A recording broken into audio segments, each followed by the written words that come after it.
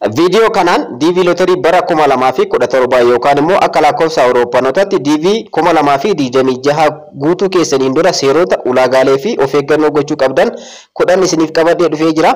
DV'n 2026 yoom akka guutuu eegaltanis gara dhumaarratti isin dhaqqaba jechuudha. Video kana keessatti gabaabinumatti DV'n Lottery bara 2017 guutuu keessaniin duratti yookaan immoo akka lakkoofsa Awurooppanotaatti DV bara 2026 guutuu keessaniin duratti of eeggannoo gochuu qabdanii fi seerota DV isin beekuu qabdan. DV Lottery'n akka isin dhaqqabuufillee seeronni kunniin beekuun isin qarqara waan ta'eef seerota yookaan immoo TP'wwan 10 kan DV 2026 ilaalchisee kan isin fayyadan TP'wwan 10 qabadee isin dhufee jira. Dabalataan immoo DV Lottery bara 2026 yoom guutuu eegalaa jettanii warroonni na gaafachaa turtan yoom akka eegalu kan isiniif ibsu ta'a jechuudha. Egaa DV bara 2025 yookaan bara darbee bara 2016 guuttanii warroonni isin dhaqqabe DV Lottery'n bara darbee jechuudha. Baga gammaddan isin jechuu barbaada. Egaa kanaan dura akkuma isiniif hojjedhe DV Lottery'n yeroo isin gaheettillee wantoota isin gochuu qabdan jedhee kanaan dura viidiyoon isiniif hojjedhe jira. Video san daawwachuudhaan irraa fayyadamuu dandeessa warroonni bara darbe video DV Lottery'n isin dhaqqabe jechuudha. Egaa bara kanas DV Lottery bara 2017 yookaan immoo DV 2026 akkaataa ittiin guutuu dandeessanii fi odeeffannoowwan dabalataa yeroo biraa viidiyoo itti aanuun qabadhee isinii dhufa. Kanatti aanee odeeffannoowwan jiran DV Lottery'dhaan kan wal qabateedha.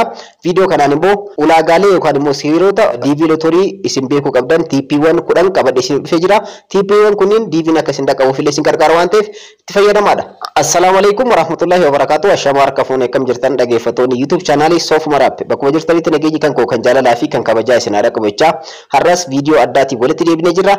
Viidiyoo kanaan immoo DV bara 2026 guutuu keessanii duratti seerota yookaan immoo ulaagaalee isin beekuu qabdan akkanumallee DV Lottery'n akka isin gahuuf isin qarqara waan ta'eef wantoota kanneen qornanuu beekuun dirqama. Beekuu qofa osoo hin taane hojii irras oolchuu qabda waan ta'eef yookaan carraa kanatti fayyadamuu qaba jettanii yoo yaaddan seerota kanneen tokko tokkoon beekuun itti fayyadamuun murteessaadha. Seeronni kunniin maalidha kan jedhu wajjin ilaalla. Lammaffaa irratti immoo gara dhumaarratti DV Lottery bara kanaa yookaan immoo DV Lottery 2026 bara 2017 jechuudha. Akkaataa ittiin guutuu dandeessan yoom eegala akkamitti guutuu dandeenya kan jedhu gara dhumaarratti odeeffannoo guutuu isiniin dhaqqaba. Hanga viidiyoo kanaatti nafaana turaadha. Obboleewwan yeroo jalqabaatiif gara YouTube chaanaalii kanaatti dhuftan. YouTube chaanaaliin kun YouTube chaanaalii barnootaati waan ta'eef subscribe gochuudhaan maatiiwwan keenyatti dabalamaadha. Viidiyoo kana immoo like share gochuudhaan hiriyoota keessan dhaqqabaadha. Amma gara barnootichaatti. Egaa duraan dursitanii gara websaayitii sirrii isaanii jechuudha US Embassy kan jedhu irraan seentanii ergasii immoo dhaggeeffattoota kan akkuma sanatti argattan 10 tips for applying for DV 2025 isin jedha kan 26 illee kanuma fakkaata waan ta'eef tokko garaagarummaa tokko hin qabu. Egaa kanas salphamatti Google Chrome keessanitti fayyadamtanii search gochuudhaan argachuu ni dandeessan jechuudha. Dhaggeeffattoota kan US Embassy jettanii search gootanii TP'wwan kanneen argachuu ni dandeessanii. Egaa TP'wwan kunniin baay'ee tokko isin gargaaru waan ta'eef itti fayyadamaadha. Tokko isaanii seerota kanneen qornan jechuudha. Yoo guuttan salphamatti DV'n Lottery'n bara 2026 akka isin dhaqqabu jechuudha. Carraa keessan ni bal'iftu. Seerota kanneen hin beektan yookaan immoo ittiin fayyadamtan yoo ta'e immoo DV'n bara kanaa isin darbuu danda'a waan ta'eef TP'wwan kanneen qornanuu beekuun dirqama jechuudha. Warroonni DV bara 2026 guutuudhaaf deemtan TP'wwan kunniin maal fakkaata tokko wajjin ilaalla. Egaa akkuma asirratti argattan TP'n tokkoffaa irratti argamu akkuma asirratti argattan Red the instruction at DV program state.gov kan jedhu ni argama. Kana jechuun gabaabinummaan odeeffannoo sirrii ta'e kan argattan websaayitii sirrii isa kanaan jechuudha. Websaayitiin sirriin kunis akkuma asirratti argattan odeeffannoo guutuu kan argattan websaayitii kanarraa jechuudha. Dhaggeeffattoota kan websaayitiin kunis akkuma asirratti argattan dvprogram.state.gov kan jedhudha. Screen irratti isiniif barreessee jira yookaan immoo linkii isaa kan sirriidha. Description jalaa argattu akkanumallee koomentii jalqaba irratti illee isiniif ka'a jechuudha. Wantoota DV'dhaan wal qabate guutumaan guututti odeeffannoo sirrii ta'ee fi waaltaa ta'e kan argattan egaa websaayitii sirrii kan Ameerikaadha. dvprogram.state.gov kan jedhu websaayitii sirriidha kan mootummaan Ameerikaa baasee DV'dhaaf jechuudha. Isa kanarratti fayyadamuu qabdan jechuudha. Kanaan alatti odeeffannoon isin argattan yookaan immoo wanti isin gootan hundumtuuniyyuu sirrii miti jechuudha. Tokkoffaan irratti kanadha. Lammaffaan TP lammaffaa immoo kan argattan akkuma asirratti argattan TP lammaffaadha. Maal jedha jechuudha akkuma asirratti argattan really on US government websiteedha. Websaayitii sirriidha mootummaa Ameerikaa kan qopheesseetti jira. DV'dhaan wantoota wal qabate egaa websaayitii mootummaa Ameerikaadha qopheesse kunniin dhumarratti GOV kan jedhu ofirraa qaba akkuma asirratti argattan. Fakkeenyota armaan gadii fudhachuu dandeessanii travel.state.gov kan jedhu ni argama. Akkanumallee .us embassy.gov kan jedhu ni argama. Akkanumallee DV program .state.gov kan jedhu ni argama jechuudha. Kunniin martinuu websaayitiidhaan kunniin kan mootummaa kan sirrii dhumarratti maal jedha .gov jechuudhaan xumuramaa jechuudha. Barreeffama kana ofirraa qaba. Dhumarratti websaayitiidhaan isa .gov jechuudhaan xumuramaa jechuudha dhaggeeffata kan koo. Egaa kanaafiyyuu waa'ee DVdhaan wal qabate wanta hundayyuu websaayitii sirrii isaanii kanneen irraa argachuu ni dandeessanii. Websaayitiin sirriidhaan immoo kan Ameerikaa jechuudha .gov jechuudhaan xumurama. Sadaffaa tippii sadaffaadhaan immoo dhaggeeffata kan akkuma asirratti argartan egaa go to dvprogram.state.gov to submit your entry jedha jechuudha. Egaa DV lottery keessan kan guutan websaayitiin sirriidha isa kana qofa. Egaa isa kana qofa irratti guutanii egaa information DV yeroo guutan yeroo information guutan jechuudha. Websaayitiin sirrii isin irratti guutan akkuma asirratti argartan dvprogram.state.gov kan jedhu kana qofa irratti guutan jechuudha. Websaayitiin sirriidha kan DV lottery ittiin guutan isa kana qofaadha jechuudha. Dogongortanii immoo dvprogram.state.gov kan jedhuun alatti DV lottery kan guutan yoo ta'e isaan sunniin kanattootaati yookaan immoo kan feekii ta'aniiti jechuudha. Kan iskaamarootaati. Kanaafiyyuu irraa of eeggannoo gochuu qabdanii isa kanarraa of eeggannoo gochuu qabda jechuudha. Keessattuu weebsaayitii sirriidha yeroo bilbila keessanitti yookaan immoo laaptooppii keessanitti DV lottery hin guunne jettanii yaaddan toorri weebsaayitii sirriidha isa kana qofa irratti guutuu qabdanii. Isaan hafan immoo namoonnis isiniif guutna isin jechuu danda'anii weebsaayitii sirrii kanarratti qofati yoo guutin weebsaayitiin sun sirrii miti. Weebsaayitii iskaamarootaa yookaan immoo hattoota baay'eetu jira kan kana fakkaatamanii hojjetan jechuudha. Linkii kana sirriidha. Linkii sirriidha kan websaayitii DV lottery kun ittiin guutamu jechuudha. Description kana isiniif kaa'achirraa argachuu ni dandeessanii. Linkii isiniif fayyadamtanii DV lottery bara 2026 salphumatti guutuu ni dandeessu. Tippii afraffaa yookaan immoo afraffaadha dhaggeeffata kan akkuma asirratti argartan there is no free to enter jedha. DV lottery yeroo guutan dhaggeeffata kan convert godhee yookaan isiniif jijjiiree gara afaan oromootti kan isinitti himaa jiru. Isin barreeffamni kun yeroo nurraa fudhata waan ta'eef akkuma asirratti argartan there is no free to enter kaffaltii tokkollee hin qabu. DV lottery yeroo guutan kaffaltii tokkollee hin qabu. Kaffaltiin isin kaffaltan tokkollee hin jiru. Websaayitii kana qofatti fayyadamtaniiti kan isin guutuu qabdan malee kaffaltiin isin kaffaltan tokkollee hin jiru. Websaayitii dvprogram.state.gov kan jedhu kana qofarratti websaayitii kana qofarratti seentanii guutuudha malee kaffaltii tokko hin qabu. Bilbila keessanitti laaptooppii keessanitti wanta barbaadanitti fayyadamtanii guutuu dandeessanii. Kanaan wal qabatee maalidha dhaggeeffatan kun iskaamaroota yookaan hattoonni baay'een DV lottery isiniif guunna jedhanii kaffaltii adda addaa isin gaafachuu danda'anii kunneen sirrii miti. Kaffaltii tokkollee isin gaafatu. DV lottery yeroo isiniif guunnu kaffaltii agana isin gaafata isin jechuu danda'ani. Garuu asirratti wanti hubachuu qabdan mana intarneetaa deemtanii DV lottery keessan akka isiniif guutan yoo barbaadan isiniif guutuu danda'u. Sababni isaas kaffaltiidhaan isiniif guutuu isaan rakkoo hin qabu. Garuu namoonni DV lottery websaayitiin kun kaffaltii isin gaafata. Kaffaltiin kana kafalaa yoo kan isin jedhan ta'e sirrii miti jechuudha. Isin garuu intarneet kaafee yookaan immoo mobaayil intarneetii yoo dheetan salphumatti ijoolleen isiniif guutuu danda'anii kaffaltii hamma ta'e sarviisa saniif kafaluu dandeessanii. Sanaan alatti garuu kaffaltii websaayitiin kun kafalchiisu tokkollee hin jiru jechuudha. Tolaan jechuudha. Bilbila keessanitti laaptooppii keessanitti fayyadamtanii kan guutan. Tippii shanaffaadha immoo shanaffaarratti kan argatan akkuma asirratti argatan use a photo taken in the last 6 months jedha. Egaa ji'oota 6 asitti suuraa kaatan yookaan immoo suuraa ofii keessanii kaaftan yeroo dhiyoo keessatti kan ta'e kan ji'a 6 asitti kaatan itti fayyadamaa isin jedha. Yookaan immoo old photo yoo kan ta'u ta'e yookaan immoo photo kanaan dura ji'a 6 dura isin kaatan yoo ta'e isin jalaa kufuu danda'a jechuudha. DV lottery kun sababni isaas carraan kun isin jalaa kufuu danda'a. Sababni isaas suuraan keessan sun detect ta'ee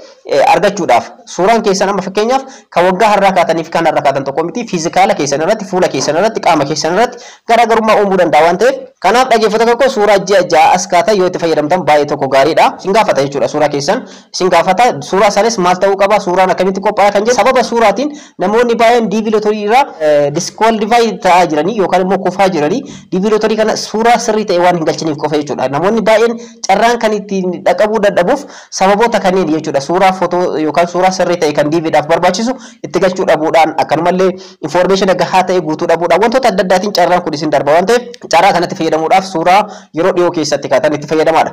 Jaaffaan immoo akkuma asirratti argartan tippiin jaaffaadha. Only submit one enter per person jedha. Egaa namni tokko information isaatiin DV lottery bara tokko keessa guutuu kan qabu al tokko qofa.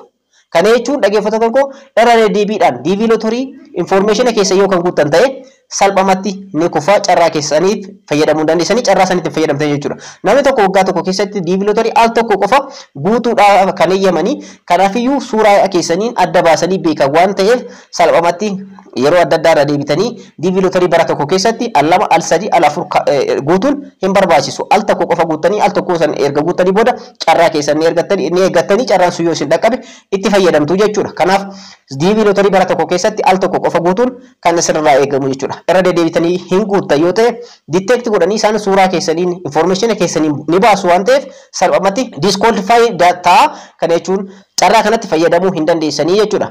Torbaffaa immoo dhaggeeffata kan koo akkuma asirratti argattan remember to list your spouse and all unmarried children under the age of 21 in your application. Kana salphamatti dhaggeeffata kan koo viidiyoon kana dura isiniif hojjedhe jira. Egaa yeroo DV Lottery guuttanitti jechuudha isin gosa lamaan guuttanii tokkoffaa unmarried fi married dha. Nama fuudhee fi nama hin fuudhin jechuudha. Kan fuudhe information detail ta'e kan guutu qaba. Kana jechuun ijoollee waggaa 20 takka gadii yoo kan qabaatu ta'e ijoollee saniin ni guuta information guutuu sanarratti. Akkasumallee fuudhuu isaallee haadha manaa isaa ni guuta jechuudha. Haadha manaa isaa achirratti ni guuta. Warri sun yookaan maatiin sun isin wajjin deemee fi deemuu dhabee miti. Asis jiraatu Itoophiyaa keessas jiraatu DV Lottery san hin guuta yoo ta'e information guutuu maatii keessan haadha warraa keessan maatii yoo qabaatan jechuudha. Ijoollee keessan kan waggaa 21 gadi yoo qabaatan information guutuu ni guuttani. Akkaataa ittiin guutuu dandeessan warroonni married guutan warroonni fuutanii qabdan jechuudha. DV Lottery warroonni guutan ijoollees qabaachuu dandeessan haadha manaas qabaachuu dandeessanii akkaataa ittiin information kana guutuu isaa guutuu dandeessan isiniif qabadhee dhufa. Kanaan dura baay'ee tokko isiniif hojjedhee jira. Irra deebiidhaan ammoo irraa isiniif hojjedha. Keessattuu warroonni fuutan information bal'aa isin gaafata jechuudha. Kanaaf warroonni fuutan garuu married warroonni hin fuudhin immoo unmarried jettanii waan guutaniif unmarried qofa jettanii bira dabartanii information isin guutan wayiitu jiru. So kana DV akkaataa ittiin guutuu dandeessan yeroo biraa qabadhee isiniif dhufa. Tippii 8ffaadha akkuma asirratti argattan keep your unique confirmation number. Egaa DV Lottery kamiyyuu yeroo guutan dhumarratti DV Lottery guutanii websaayitii sirrii irratti erga guutanii booda akkuma screen irratti argattan unique confirmation number itu isin kennama lakkoofsa dheeraa kan ofirraa qabu jechuudha.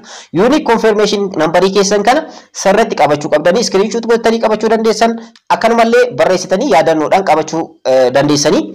Kanaafiyyuu unique confirmation number keessan qabachuun kan isin fayyaduuf tokkoffaa result yookaan immoo DV Lottery kun yeroo resultiin isaa gallakkifametti check itti gootan DV Lottery isin ga'e moo isin hin geenye kan jedhu confirmation number kana unique confirmation number kanatti fayyadamtanii check gootan waan ta'eef unique confirmation number information guutuu erga guutanii submit gootanii boodatti confirmation number isiniif kennamu san egaa screenshot gochuudhaan yookaan yaadannoo adda addaatiin qabadhaadha. Tipping saglaffaadha selection will be made in May 2025 isin jira. The website DV program state.gov/ESC is the only way to see if you were selected. Ega DV Lottery isin game isin hin dhaqqabe moo isin hin dhaqqabne DV Lottery keessan erga guutanii booda carraan DV Lottery kun erga deebi'ee booda namoota dhaqqabee fi hin dhaqqabin adda baafachuudhaaf confirmation number keessanitti fayyadamtanii isin jedhee jira. Carraan kun akka isin hin dhaqqabnee fi akka isin hin dhaqqabin websaayitiin sirriidha ittiin beektan jechuudha. dvprogram.state.gov/ESC kan jedhamu kanarratti fayyadamtan jechuudha. Egaa kanas kan check ittiin gootan fakkeenyaaf kan bara darbee September 30 irratti xumurama. Already video kana yeroo waraabutti September 26 irratti argama. So guyyoota afuritti hafa jechuudha. DV Lottery bara darbee warroonni guutan check gootanii ilaaluudhaaf jechuudha. Check gochuudhaaf immoo websaayitiin sirrii check itti gootan jechuudha. dvprogram.state.gov/ESC kan jedhamu qofa irratti select gootanii fayyadamta. Asirratti wanti isin beekuu qabdan dhaggeeffata kan koo namoonni baay'een karaa emailiitiin karaa barreeffamaatiin DV Lottery si ga'ee jira qarshii ganaa kaffalee akkana siif goona kana siif goona carraa kan argattee jirta isin jechuu danda'u. Namoonni akkasii namoota hattoota yookaan iskaameroota kanaaf karaa emailii keessaniitiin isiniif erguu danda'u. Akkanumallee karaa bilbila keessaniitiin akkanumallee meeseejiidhaan isin erguu danda'u. DV Lottery si ga'ee jira qarshii ganaa kaffalee isin jechuu danda'u. Isin kana hundayyuu dhiiftanii maal gootanii dvprogram.state.gov/ESC kan jedhamu qofarra seentanii egaa carraa keessa laaluu dandeessanii confirmation number keessan qofa isin gaafata ergasii check gochuu dandeessu. Fakkeenyaaf bakka itti check itti gootanidha. Akkuma asirratti argattan electronic diversity visa program jedha. Akkuma asirratti argattan check status kan jedhu kan irratti hiriir gootanii ergasii immoo confirmation number keessan qofa asirratti galchitanii ergasii carraan kun isin ga'e moo isin hin geenye kan jedhu asirra qofa laaluu dandeessanii. Websaayitiin sirriidha. Akkuma asirratti argattan dvprogram.state.gov/ESC kan jedhamu kana qofa irratti resultii DV laaluu dandeessa. Websaayitiin biraa websaayitii sobaatii jechuudha.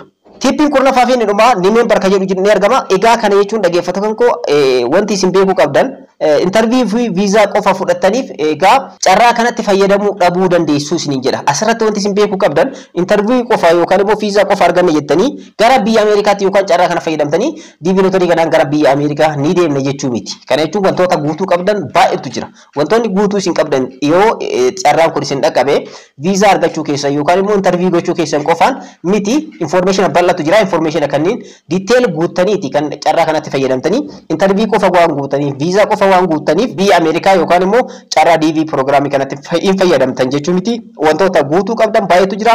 Kanneen keessattuu waa'ee information keessanii detail kan ta'e guutuu qabdanii kana qofa osoo hin taane dokumentii barnootaallee detail isaan ni ilaalu. Dokumentii barnootaa keessattuu kan kutaa 12ffaa ittiin fudhatan yookaan immoo hojjetaa mootummaa yoo taatan isa sirrii ta'ee fi kan waggaa 2 riskii qabu jechuudha. Isa yoo qabaatan salphumatti carraa kanatti fayyadamuu dandeessanii garuu visa qofaaf interview qofa waan guutaniif yookaan immoo visa qofa waan argataniif interview qofa waan guutaniif salphumatti biyya san deemuu yookaan carraa kanatti fayyadamuu hin dandeettan jechuu miti. Egaa DV lotteriidhaan wal qabatee tippiiwwan kurnan kanneen fakkaata. Egaa DV lotteriin bara kana yoomirraa guutamuu eegala kan jedhu amma isiniin dhaqqaba. DV lotteriin bara 2017 akka lakkoofsa biyya Itoophiyaatti yookaan immoo DV lotteriin bara 2026 akka lakkoofsa Awuroopaanotaatti kan bara kana kan guutamuu eegalu ji'a Augustii keessa jechuudha. Augustii irraa kaasee guutuu ni eegala DV lottery bara kana jechuudha. Warroonni kanaan dura DV lottery bara 2025 guutan immoo hanga September 30 irratti riizaltii keessan ilaaluu ni dandeessan, check gochuu ni dandeessanii. September 30 booda immoo riizaltiin keessan dhaabbatee kan bara 2026 DV lottery guutuu ni eegala jechuudha. So kana fakkaata. DV lottery bara 2026 akkaataa ittiin guutuu dandeessan viidiyoo itti aanee isiniif qabadhu ni jira. Isas isiniif dhiyeessa. Kana qofa osoo hin taane DV lotteriin yoo isin dhaqqabe maal gochuu qabdan DV lotteriin guutuu keessaniin duratti wantoota isin gochuu qabdan amma isiniif ibsee jira.